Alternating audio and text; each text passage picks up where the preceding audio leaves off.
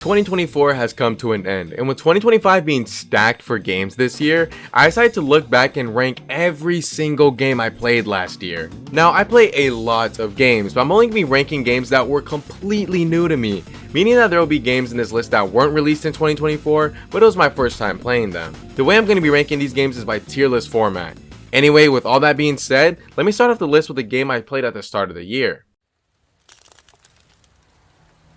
Man, what a game. Resident Evil 2 is the first time I've ever played a Resident Evil game, and it was fucking fire.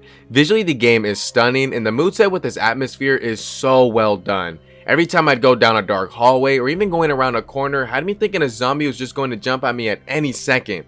Speaking of zombies, I love the different variants the game offered, even if it wasn't much. From those freaky ass lickers that you find crawling on the ceilings, to those plant looking zombies you'd encounter in the nest, and those annoying zombie dogs found in the parking garage. And who can forget about everyone's favorite tyrant, Mr. X. Mr. X is easily the best or one of the best aspects of the entire game, and this dude genuinely had me on the edge of my seat. Every single encounter with him felt heart stopping, and my instinct was to just run and don't look back. Not only was he just a scary ass dude, but in addition to the impeccable sound design and music, the tension was there. And to even add more fuel to the fire, he can appear anywhere at any time. This dude is always lurking in the shadows, watching. He knows where you are, and it's fucking scary.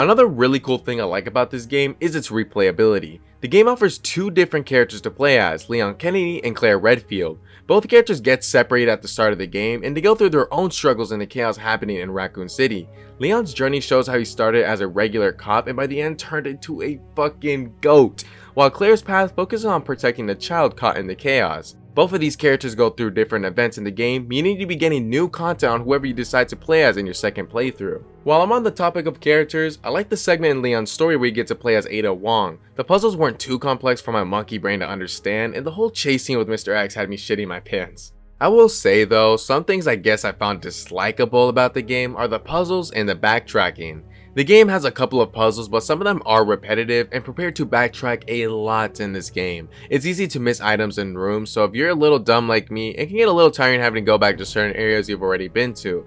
Aside from these problems, they aren't enough to make me to hate the game, and honestly, it could just be a me problem. So with all that being said, I'm gonna place Resident Evil 2 in A tier. I can go on more about the other aspects of this game, but I have a bunch of other games I want to talk about, so for anyone who hasn't played Resident Evil before or is just curious if I would recommend this game, the answer is yes. Hey, what's up, man? Hey, can you... Yo, get me the fuck out of here, get me the fuck out of here, get me the fuck out of here, get me out of here, get me out of here, get me out of here, get me out of here. Just like the Resident Evil franchise, I've never played a Final Fantasy game up until this point, and oh my god, this game fucking sucks. That is what I would have said if I didn't know any better, because holy shit, this game is peak. From its beautiful soundtrack, amazing cast of characters, the fantastic visuals to its phenomenal storyline, this game has it all. With 18 chapters in total, plus side quests, plus DLC, this game has so much content to explore, it's outstanding. I haven't played this game in a while. I recently just completed chapter 14. Look, I don't play on my PS5 as much compared to my PC. And with that being said, even though I haven't been in the game, I've poured almost 40 hours into this game and I loved every second of it. The core gameplay masterfully blends action and strategy with real-time combat mechanics, and on top of that you have the tactical pause menus for spell casting and ability use. Each battle I got into felt like I couldn't brute force my way out of it, instead I had to use my brain for once. A boss fight I specifically remember struggling in was the ghoul boss fight in chapter 11, and honestly, I'm not gonna lie to y'all, I'm low-key kinda buns at this game. I kept dying to the most fraudulent enemies ever, and returning to the game after not playing for months did not improve my skills at all.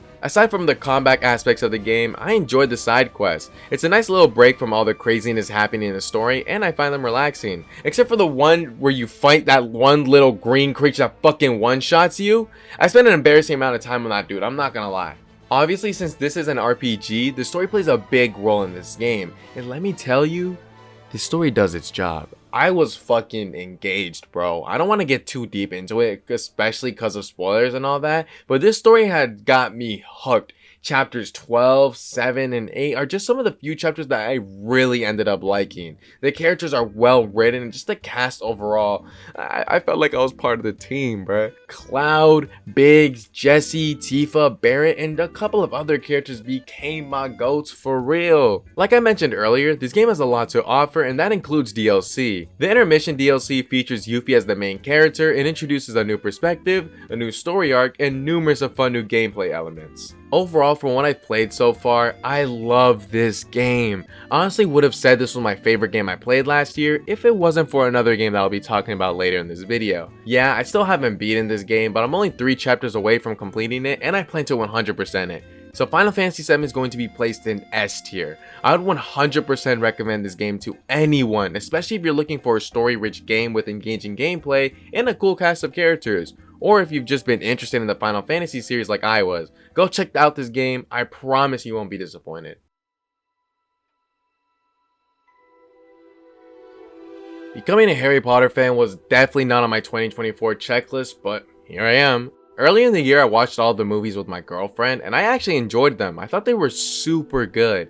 So after watching all the movies, it got me interested in the game because I remember hearing good things about it, but I also remember hearing controversial things, but I'm not here to talk about that. Hogwarts Legacy brings the wizarding world to life with its stunning visuals, engaging spell-based combat, and deep customization options. It's set in the 1800s, long before the era of Harry Potter, so you won't get to see younger versions of characters like Dumbledore or Snape, but you'll be able to explore iconic locations such as Hogwarts, the Forbidden Forest, and Hogsmeade while slowly uncovering the magic and mystery this story brings to the table.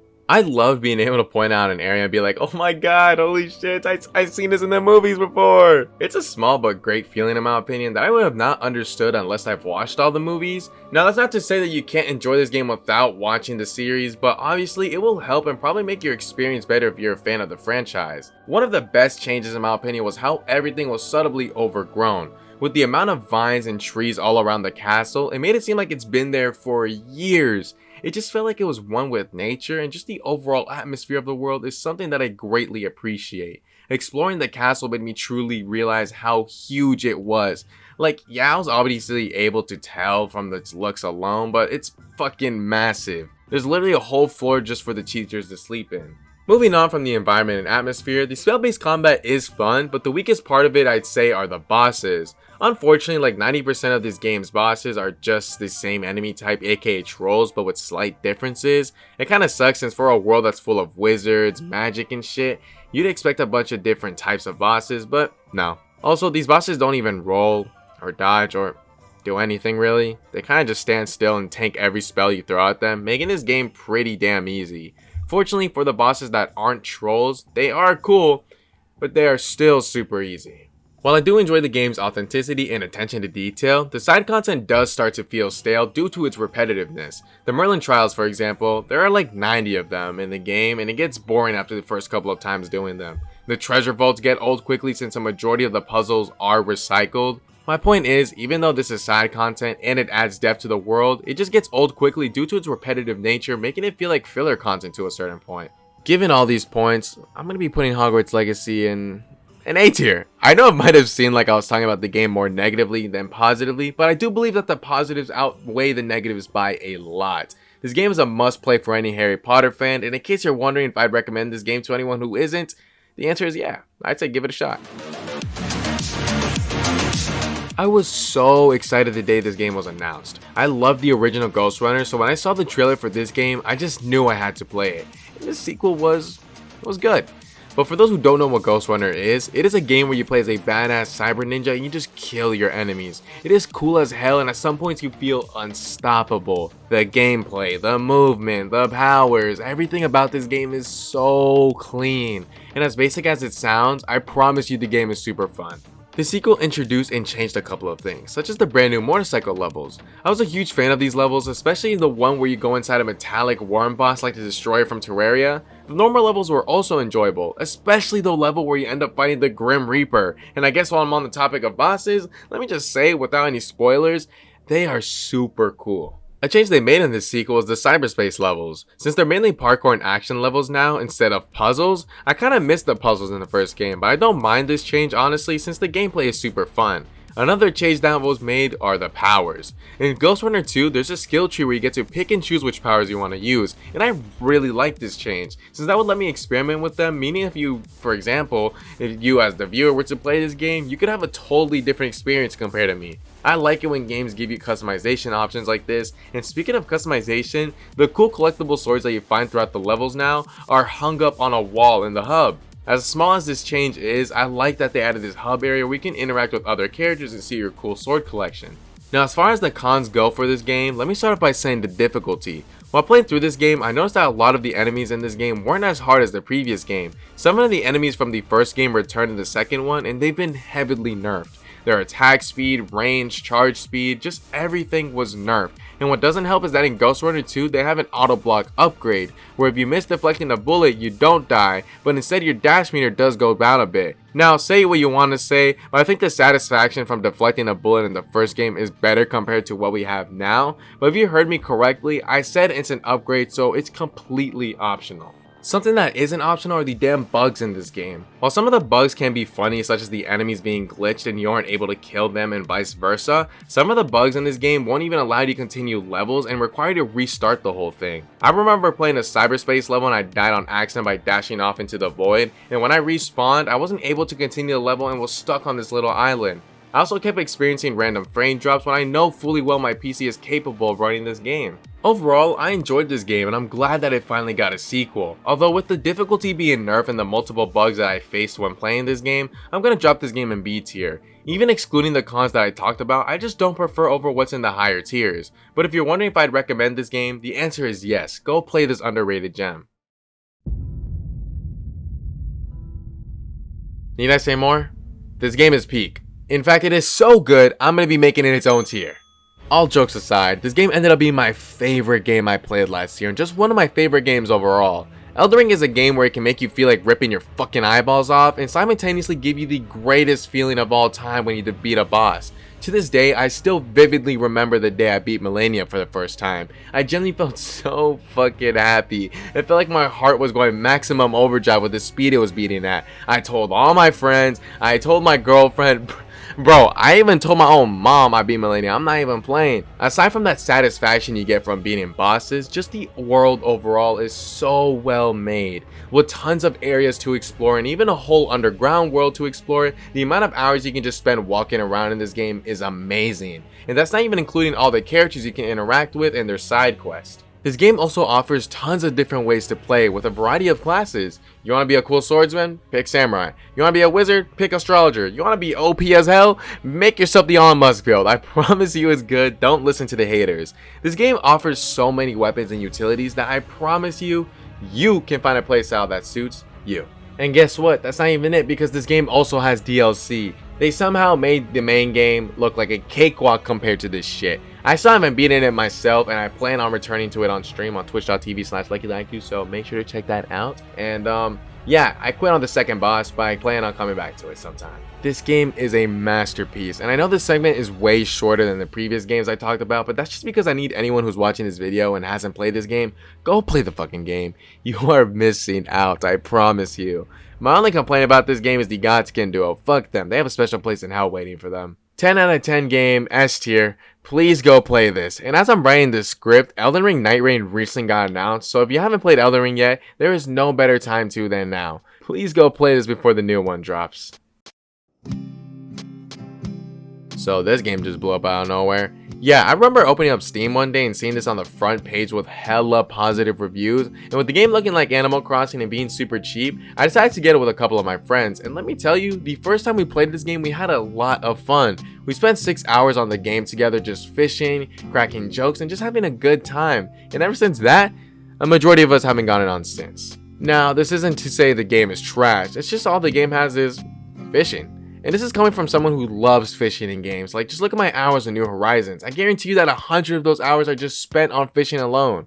New Horizons isn't the only game I liked fishing in. For example, I liked the little time I spent on Stardew Valley. The majority of it was just on fishing. I got all the fishing achievements in Terraria, Core Keeper fishing, and fuck, even Minecraft fishing I enjoy. It's just that web fishing is just fishing, as obvious as that sounds. Yeah, I know we do have a couple of missions you can complete, and you do have objectives such as upgrading your camp, and that's about it. This is considered a cozy game, which I don't mind at all. I like these chill and relaxing type of games. It's cool that you're able to interact with other people in public lobbies, but in my experience, some of them public lobbies were weird as hell. I ain't gonna lie to y'all. Overall, the game isn't bad. It's just one of those games you'd hop on every now and then, play for a bit, and then get off. From the small amount of time I spent on the game, I enjoyed it. I'll never forget being so mesmerized when seeing someone else in my lobby or one of my friends catch a big ass fish that covers the whole screen. It was crazy. Oh shit! Oh shit! Yo, what the fuck? Yo! But like I said before, it's just a chill fishing game. Nothing too crazy. It's worth the price. C tier. Cult of the Lamb is a game I've always been curious about. The cutesy art style mixed with the creepy aspects is a unique aesthetic for a roguelike dungeon game. This game is a good balance of roguelike and simulator gameplay. I had a lot of fun with the dungeon exploring parts of the game. I played on the hardest difficulty, which wasn't too hard, but I've had my fair share of moments where I died and proceeded to lose everything. As for the simulator parts of the game, like creating a cult, expanding your base, or executing a fellow follower, I had a lot of fun. Think of Animal Crossing, right? But you have a choice of bullying your villagers, gaining illegal substances, murder, and drugs. Okay, so this game might not be like Animal Crossing, but it has a cutesy aesthetic like Animal Crossing. I named a good majority of my cult followers after a couple of my friends, and some of them may have starved to death or may have died of illnesses, and I might have overworked the shit out of them.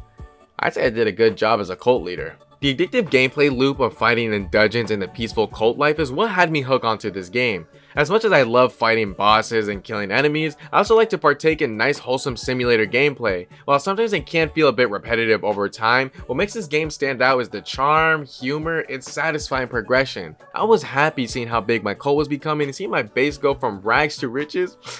It really made me shed a tear, bruh. Not too long ago, this game recently added 2-player local co-op, so you can enjoy the cult life with a friend, or y'all can spend time 1v1ing the minigame Knucklebones. I remember spending about an hour just playing this minigame against the AI when I started, and I was addicted, bro, I ain't gonna lie. Overall, this game is just a fun time. It's a fresh experience for fans of roguelike and management sims, or just something delightfully weird. It's pretty short too. I beat it with around 14 hours on it, but there's definitely replayability you can get out of this game, especially if you're going for the 100%. Therefore, I'm going to be placing Cult of the Lamb in low A tier. I had a lot of fun playing this game, and for $25, I'd say it's worth the price of checking out. It's not a game I'd find myself constantly talk about though, unless it's brought up. So I played the sequel of this game, The Sons of the Forest, before ever touching the first game, and you may be wondering, why am I playing this game when I have the second game? Well, that's because my friends don't have the second game. So I bought around 5 to 6 copies of The Forest when it was on sale for like $3, so me and my friends could all play. And, well, our experience with the game was something. First of all of us were entering this game blind, so no one knew what to do. The only knowledge I had of this game was from the little time I spent playing the sequel, and it isn't much. So it was like 8 of us in total, not knowing what we were doing. We were just roaming around in this forest. And one of my friends has a laptop that's on the brink of death, like it's literally fucking Hector Salamanca if he was a laptop. So with 8 dummies and one of them having a laptop that can explode at any moment, our experience with this game was interesting. We had some funny moments on this game, like not knowing how to get fresh water, so whenever we drank water from a river or a lake, we would just get knocked down instantly. We just had to keep rezzing each other. And this other time, one of my friends joined us for the first time and destroyed our gazebo within the minute he joined. What the fuck happened? What the fuck happened? We played the forest for about 2 days in total and never touched this game again. We barely made any progress on it, so honestly, my only pro of this game was the time we spent together suffering. And my con is, I wish my friends had money to buy the sequel. So why are we playing the first game and not the second one? That was more expensive. You guys have no money. This is a fun game, but I haven't spent much time on it, and I'd rather play the sequel with my friends. C tier. Who doesn't like Spider-Man? You get to swing around New York, defeat enemies, and best of all, you're the worst music producer of all time. I was a huge fan of the other Spider-Man games, so I was excited to check this one out. Right off the bat, this game is still one of the best games the PS5 has to offer. You can really see they put a lot of love and care into this game, from the obvious fun game mechanics like the swinging system, to the super small niche details like snow falling onto Miles' suit and it melts. Don't ask me how I know this. Okay, I'm just a nerd, okay. The story in this game is simple and engaging, but it's also very linear with not too many side quests, missions, and post-game content to complete. Compared to the other two Spider-Man games, this game is insanely short, with just the main story alone being a measly 7 to 8 hours long, and 100% of this game is around 20 hours long. Just for comparison, the first and second Spider-Man games' main stories are both around 17 to 18 hours long.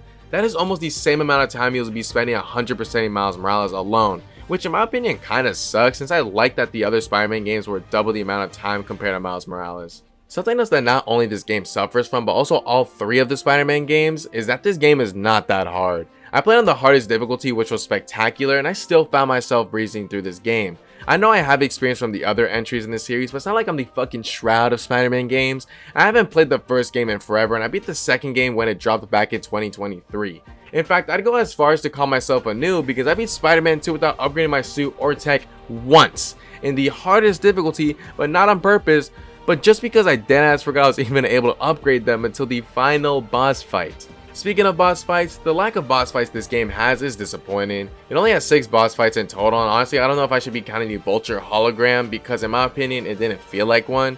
I don't want to make it sound like I hate the boss fights though, because I did enjoy them. They were really cool. Chasing down a Tinker gotta be one of my favorite moments in the game, especially with the little reveal on who was the Tinker at the end of that sequence, and just the fight scenes. Oh my god, they were so damn clean. Aside from the game's length, I like this game. It's gas, so I'll be placing it in A tier. I honestly don't have much to say. This is kind of one of those games where my monkey brain's just like, yeah, it was cool. I'll fuck with it. Nothing too complex, you know?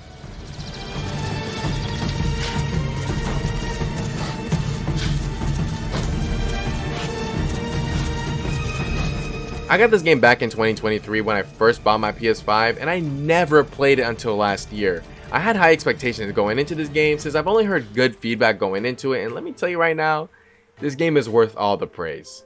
Ghost of Tsushima is a breathtaking open world action adventure game that is set during the Mongol invasion of Japan. You play as Jin Sakai, one of the last surviving samurai defenders who is torn between following his traditional honor code and the necessity of forging a new path, the path of Ghost, in order to save his homeland.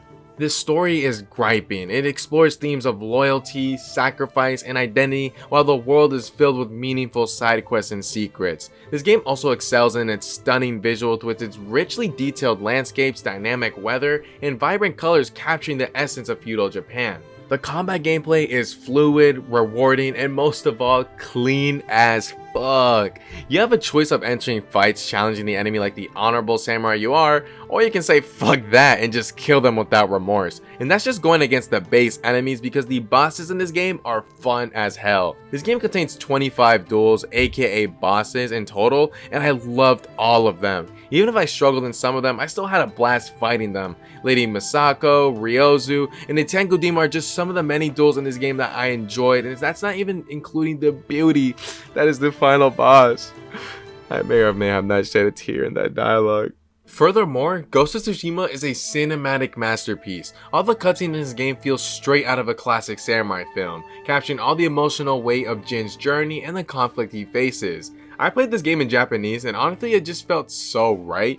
It could just be me being an anime nerd, but I fucked with the Japanese voice acting. But that's not to say the English one is bad, because the English voice acting is fire too. Also, the fact that Jin's voice actor is the same person who voices my goat Zoro, it just felt right for me to play in this Japanese, bro.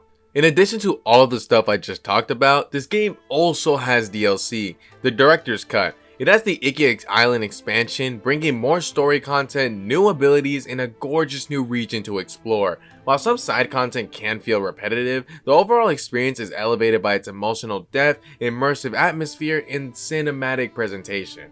Last but not least, along with this game's amazing single player, it also offers multiplayer. It's called Legends, and it's basically a 4-player horde mode where you and 3 other players can pick between 4 classes: Samurai, Hunter, Ronin, and Assassin, each offering different playstyles. The mode features a variety of missions, including story-driven co-op quests, battles against waves of enemies, and a rivals mode where teams compete to defeat enemies and sabotage each other. Now, I've never played the multiplayer myself, but it looks cool, and it's not like this game needed multiplayer in the first place. It's just a neat addition to have. In short, I'm placing Ghost of Tsushima in S tier. I honestly cannot think of any cons about Ghost of Tsushima. This game is a masterpiece of storytelling and gameplay. Just a couple of months ago, a sequel for this game got announced and is scheduled to drop this year, so there's no better time to check out Ghost of Tsushima than now. I somehow managed to convince my girlfriend to play this game with me, and it was pretty fun. Considering how I'm so nonchalant, dreadhead, I don't be getting scared like that type shit. Okay, I'll stop. But my girlfriend, on the other hand, does get very scared of horror games. Like, I'm pretty sure the scariest game she's ever played is Piggy on Roblox. Anyway, we were both entering the game blind, which made it even more fun since we didn't know what to expect. This game offers 7 unique levels, with each one having different monsters and puzzles. Although we only made it up to the 3rd level because it was late at night and because she also kept dying, and we haven't played it since.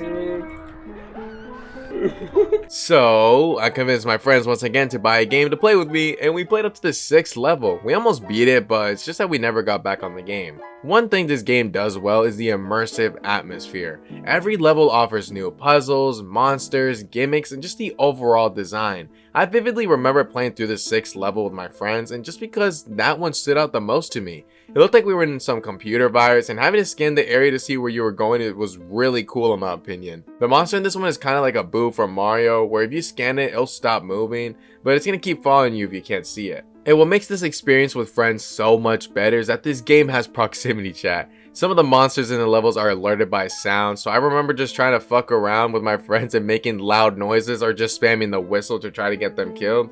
It's funny. While the game does offer a thrilling experience, I will say that there is room for improvement. There are glitches that I encountered while playing with my girlfriend. Like, just look at this picture. Bro, she is staring straight into the monster's eyes and she somehow survived. I guarantee you if that was me, I would have not lasted more than 2 seconds, dog. I also remember getting surrounded by a bunch of naked monsters from level 2 and I somehow didn't die. I unfortunately don't have any evidence of this because I didn't screenshot it or clip it. The good thing is that the developers are actively engaging with the community and releasing updates to these problems. With all of this in mind, I'm gonna give Backrooms Escape Together a high C tier. Don't get me wrong, the game looks great, it's fun, and best of all, it's a great game to play with friends. It's just that the game is kind of short, and personally, it isn't something that would be like, yeah, this game is fucking awesome. And some of the other multiplayer games on this list I think are way better than this, although for $7.99, I'd recommend checking this out if your friends are looking for a horror game to play. Oh my god, run, there's a hole. I'm running, I'm stuck. Run over here. Right here, but what are you doing? I was very excited to try Resident Evil 7 because of how much I enjoyed playing through Resident Evil 2. My friend kept recommending me to check out 7, he kept hyping it up, and oh boy, I was hooked. Now, I deadass only played about an hour of the game, but I loved it. The story was intriguing, and the whole Jack family was weird as fuck, and they were scary. I played this game on stream, but I didn't save the VOD because my stream that night was so damn laggy. It was like watching a PowerPoint presentation. So I haven't played the game since, but my goodness, that 1 hour of playtime genuinely had me so intrigued.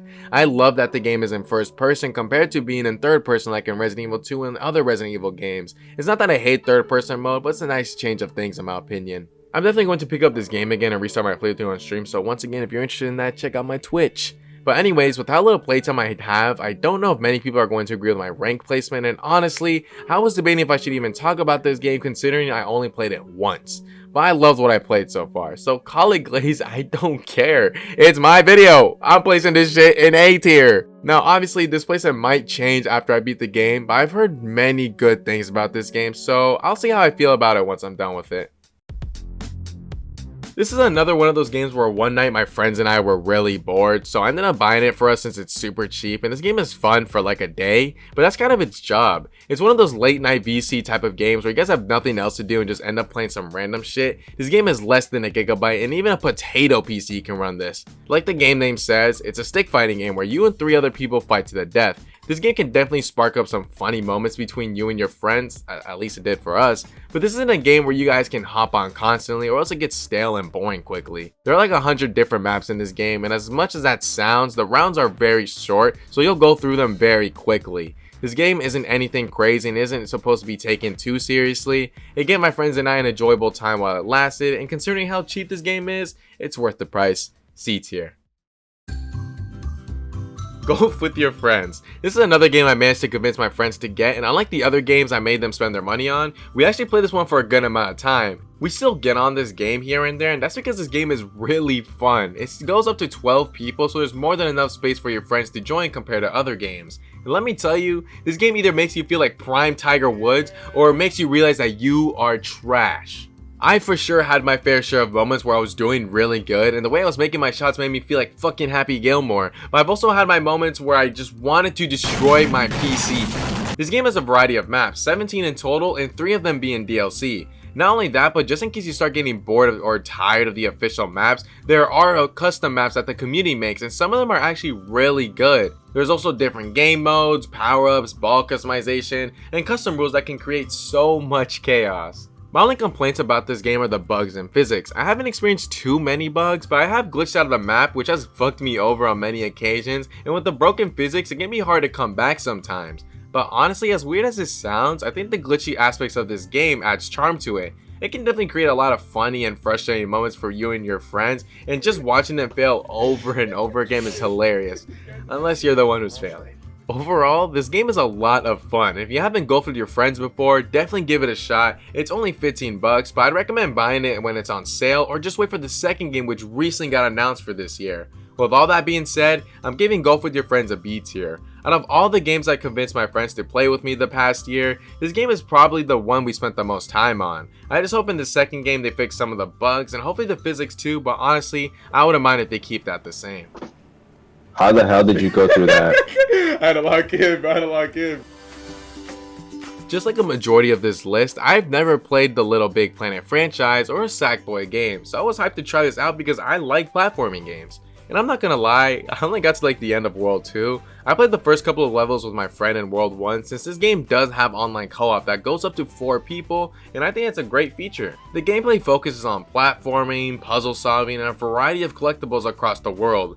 Visually, what I notice about this game is that it shines with its colorful, fabric-based environments and smooth animations that make every level feel alive. The collectibles in this game have their perks too. You can dress up Sackboy in a wide variety of costumes ranging from quirky outfits to animals and even other PlayStation franchises like God of War. Customization isn't just a cosmetic, it's a lifestyle. You can also get cool charming emotes and animations that add personality to Sackboy's interactions. The soundtrack is another highlight with its catchy tunes that add to the gameplay's upbeat and lighthearted tone. What makes the soundtrack truly special is how it's integrated into the gameplay. Many levels are rhythmically synchronized with platforms, obstacles, and enemies moving in time with the beat. Each level's music creates a unique atmosphere, whether it's a chase sequence or a whimsical environment. Compared to the majority of the games that I played last year, this game was a nice fresh breath of air, with a charming style that most of the games on this list don't bring to the table. I love platforming games, and it'll always be one of my favorite genres of games. And don't get me wrong, I loved all the other cool ass single player games I played this year, but sometimes it's just nice to get away from all those crazy action boss fights or just story rich games and just play a nice wholesome platforming game. But like I mentioned earlier, I haven't been in this game. I'm basically on my way to World 3, but with that in mind, I'm gonna give this game a B tier. It's a solid game and I've enjoyed what I've played so far, and I can't wait to get back into it. I came back from work one night and I bought this game. I don't know why, I just did. There isn't much for me to say. You can make cool beats in this game, and that's about it. This game is only $5, so it isn't anything too crazy, but believe it or not, I'm not on this game every single day. D tier.